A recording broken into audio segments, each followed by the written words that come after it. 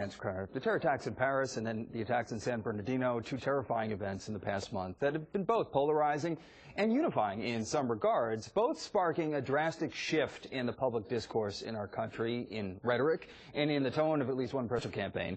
Events like these expose the truth, one, that we are indeed vulnerable, and two, that fear can sometimes bring out the worst in people.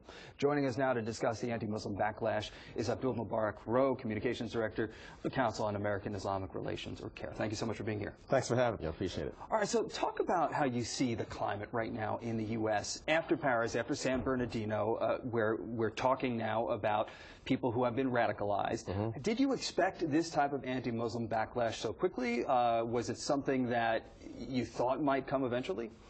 To be quite honest with you, I felt that it could, because when we experienced September 11th, we kind of saw that kind of a backlash. And many of us were talking amongst ourselves that if another one of these types occurred again, it could get worse. And given that this is an election cycle, we knew that there might be those who want to take advantage of this particular crisis for their own self-serving political purposes.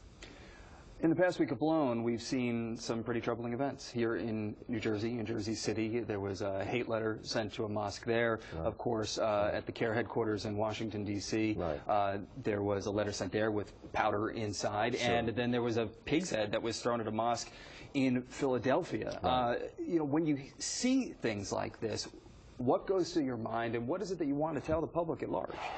Well, it's a result of this sort of rhetoric that's been espoused for the past few weeks, or months rather, between Donald Trump, of course, but Ben Carson and others. And so it's a logical conclusion of that kind of rhetoric and hate speech.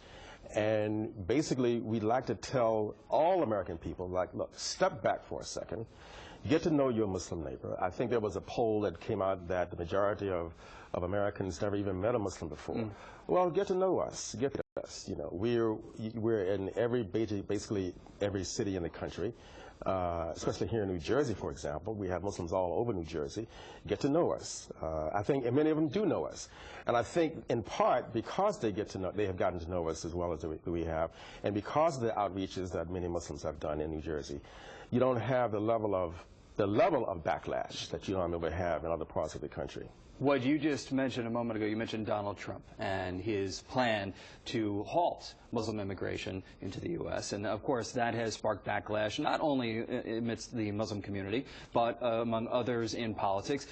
Listen, let's call it what it is. It's demagoguery. Is it Islamophobia?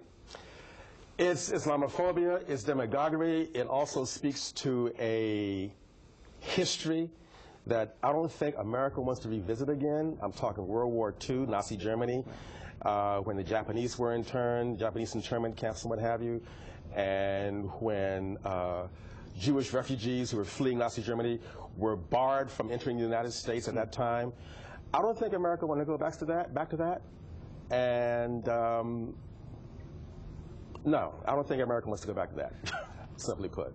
I'd be remiss if I didn't bring this up, because somebody from the CAIR organization in Los Angeles, this was after San Bernardino, was on the air over the past week, and I'm going to quote this. He said, "Let's not forget that some of our own foreign policy as Americans, as the West, have fueled that extremism," referring to what we saw happen in San Bernardino.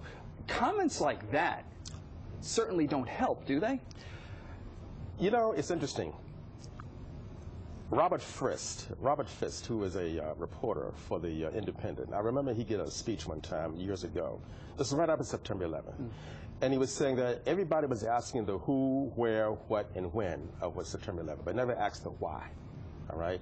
And as uncomfortable as that is, he's spoken, the spokesperson at CAIR, California, he spoke an uncomfortable truth. Now, whether people were ready to hear that or not, that's one thing. However, let me just say, no, it's not about justification. We're not talking justification. Okay. No, this is a cause and effect. Okay, a cause and effect relationship. All right, it's not a justification, but it's part an explanation. Because understand, there are people who feel that because of America's foreign policy, and not just people who spoke of CAIR, but you had Defense Department officials saying the exact same thing in other parts. okay? Because one Defense Department official, I believe I recall, said something to the effect that the rhetoric that Donald Trump is speaking right now towards Muslims puts Americans in dangers and America's interest in dangers overseas. So there is a cause and reaction effect. There's a cause and effect that goes on here, right? So yes, we do have to be careful about what we say and what we do, because it does have an impact. All right, we're going to have to leave it right there. Thank you so much for being here. We appreciate your insight. We appreciate you sharing with us this today. It's Abdul Mubarak-Rowe from CAIR, Council on American Islamic Relations. Thank you so much. Thank you so much. All right, please stay with us.